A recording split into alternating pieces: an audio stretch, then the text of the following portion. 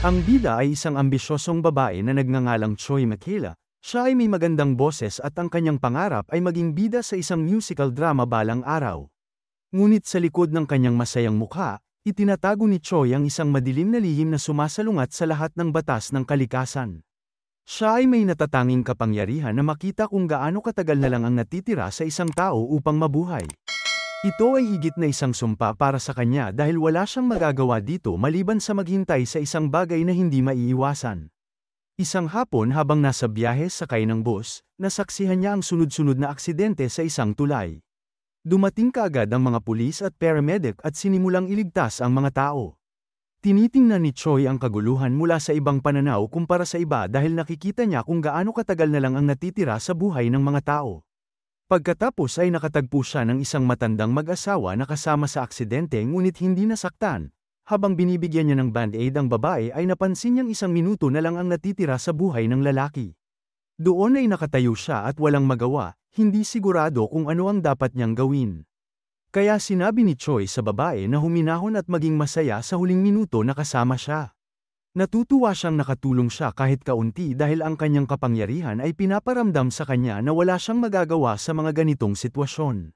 Pagkatapos nito ay inihayag na si Choi ay mayroon na lamang 167 araw na natitira, alam niyang mamamatay na siya sa loob ng ilang buwan kaya gusto niyang mamuhay ng masaya sa mga natitirang araw.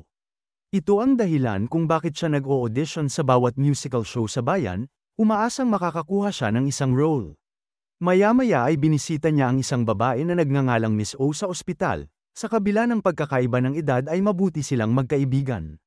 Si Miss O ay nakikipag-date sa isang lalaking nagngangalang Mr. Park mula pa kahapon, at sa oras na yun ay napansin ni Choi na mayroon na lamang siyang 67 araw upang mabuhay habang si Miss O ay may 2 taon pa. Hindi siya nagsalita tungkol sa impormasyon ngunit nalulungkot siya para sa kanila.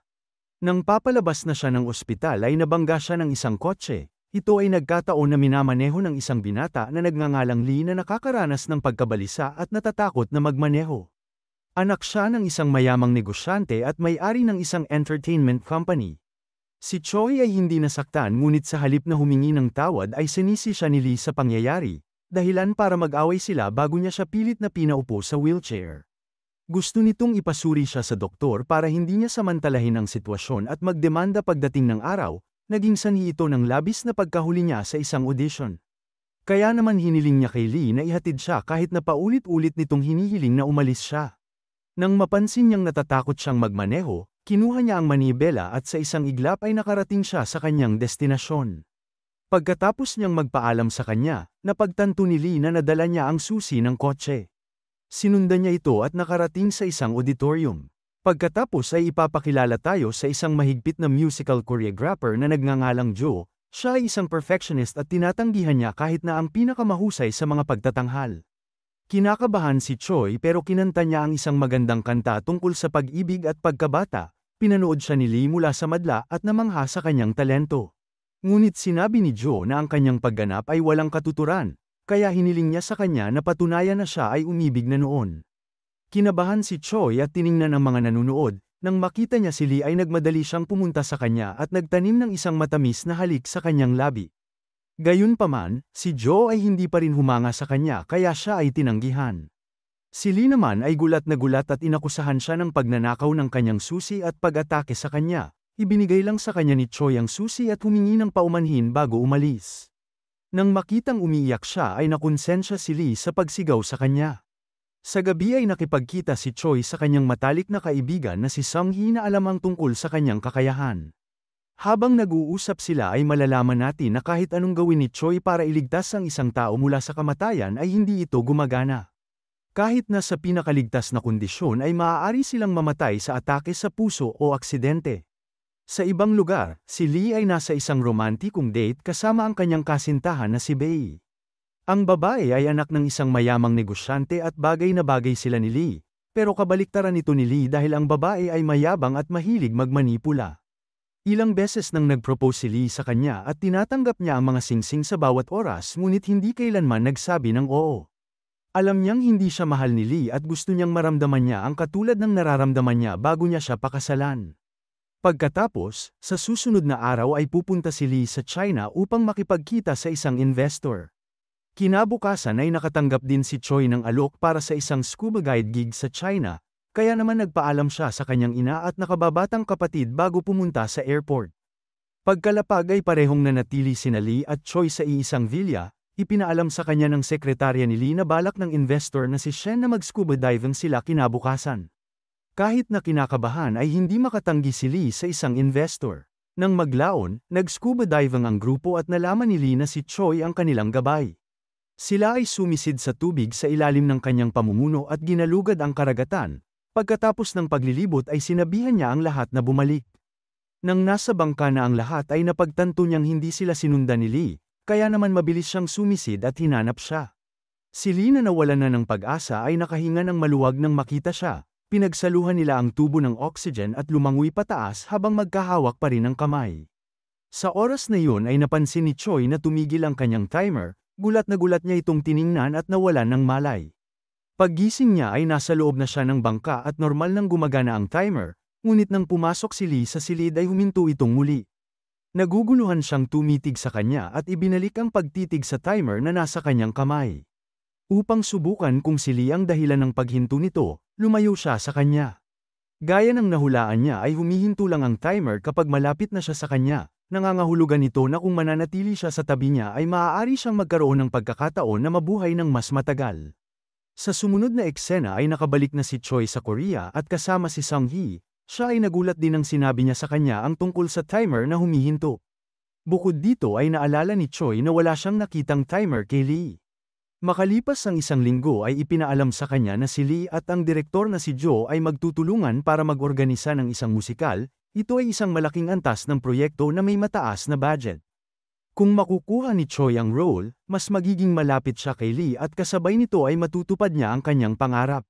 Simula sa susunod na araw, nagsanay siya na parang baliw at inihahanda ang kanyang makakaya para sa pagtatanghal. Samantala, tahimik na naglalaban sina Lee at Jo para makuha ang higit na awtoridad sa proseso ng pagpili. Ayaw ni Jo na nakikialam ang ibang tao sa play ngunit dahil si Lee ang organizer ay hindi niya nagawa ang gusto niya. Isa sa araw ng audition, si Choi ay kumanta ng mas mahusay kaysa sa huling pagkakataon. Ang kanta ay kakaiba dahil nagpaparamdam ito kay Lee ng kakaibang sensasyon sa kanyang puso, na halos parang ang kanyang puso ay tumitibok sa ritmo. Dahil hindi na makayanan ang nararamdaman, lumabas na lamang siya.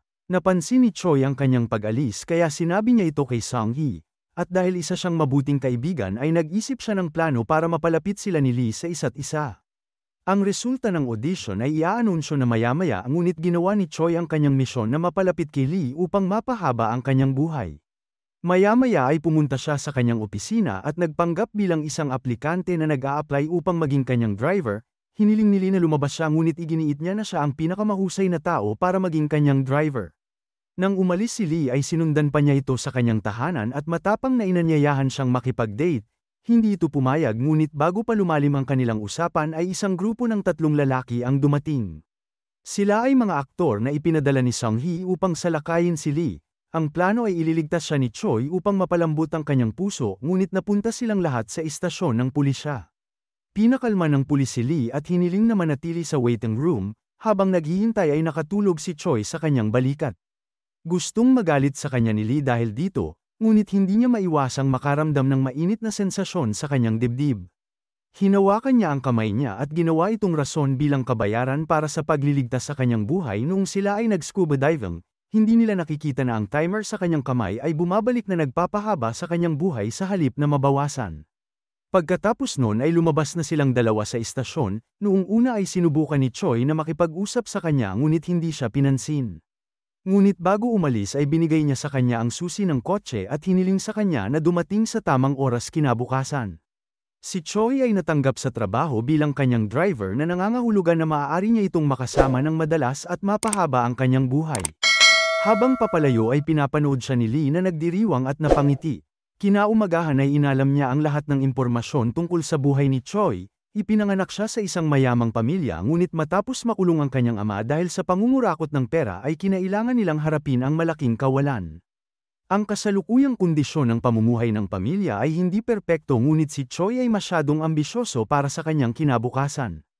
Pagkatapos ay lumabas si Lee at pinanood siya na masayang kumakanta habang naghihintay sa kanya.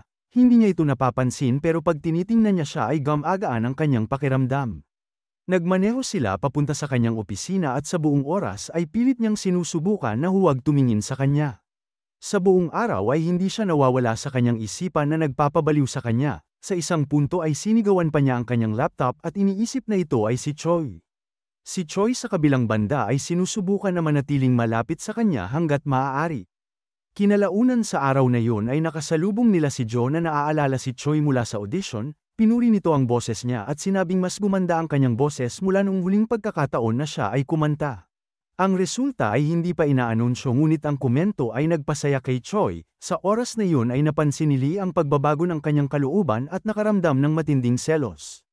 Nang magkomento si Choi ng maganda tungkol sa direktor, ang kanyang selos ay naging iritasyon kaya hiniling niya sa kanya na tumahimik. Nang maglaon ay nakita ni Lee ang isang larawan sa kanyang opisina na hindi na niya gusto. Tinanggal ito ng kanyang assistant sa pader at sinabi na hindi niya nagugustuhan ang isang larawan na humihigit sa 3 buwan. Inisip ni Lee na kung titingnan niya ang isang bagay sa mahabang panahon, mawawala din agad ang pagkagusto niya dito. Nagpasya siyang gamitin ang parehong pamamaraan para mawala ang kanyang nararamdaman kay Choi. Kaya naman pagkatapos ng trabaho ay hiniling niyang sumama ito sa kanyang maghapunan.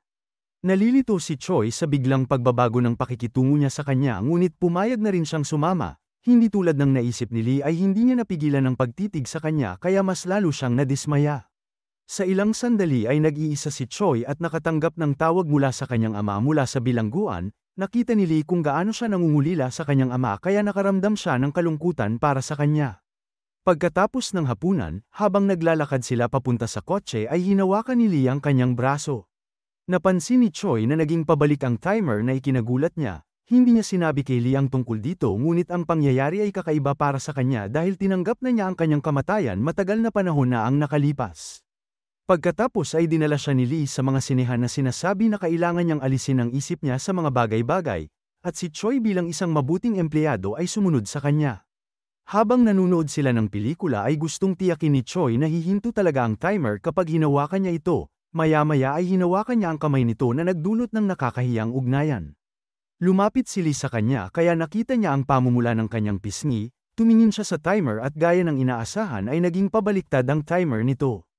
Kinabukasan ay nakatanggap si Choi ng email na nagsasabing hindi siya napili para sa musikal, maya-maya ay nakasalubong niya si Joe sa pasilyo na nagsasabing may emosyon ang kanyang boses ngunit hindi niya ito maipahayag. Sinabi pa nito na isa siyang sariwang hiyas pero ang hinahanap nila ay ang mas maayos para sa musical.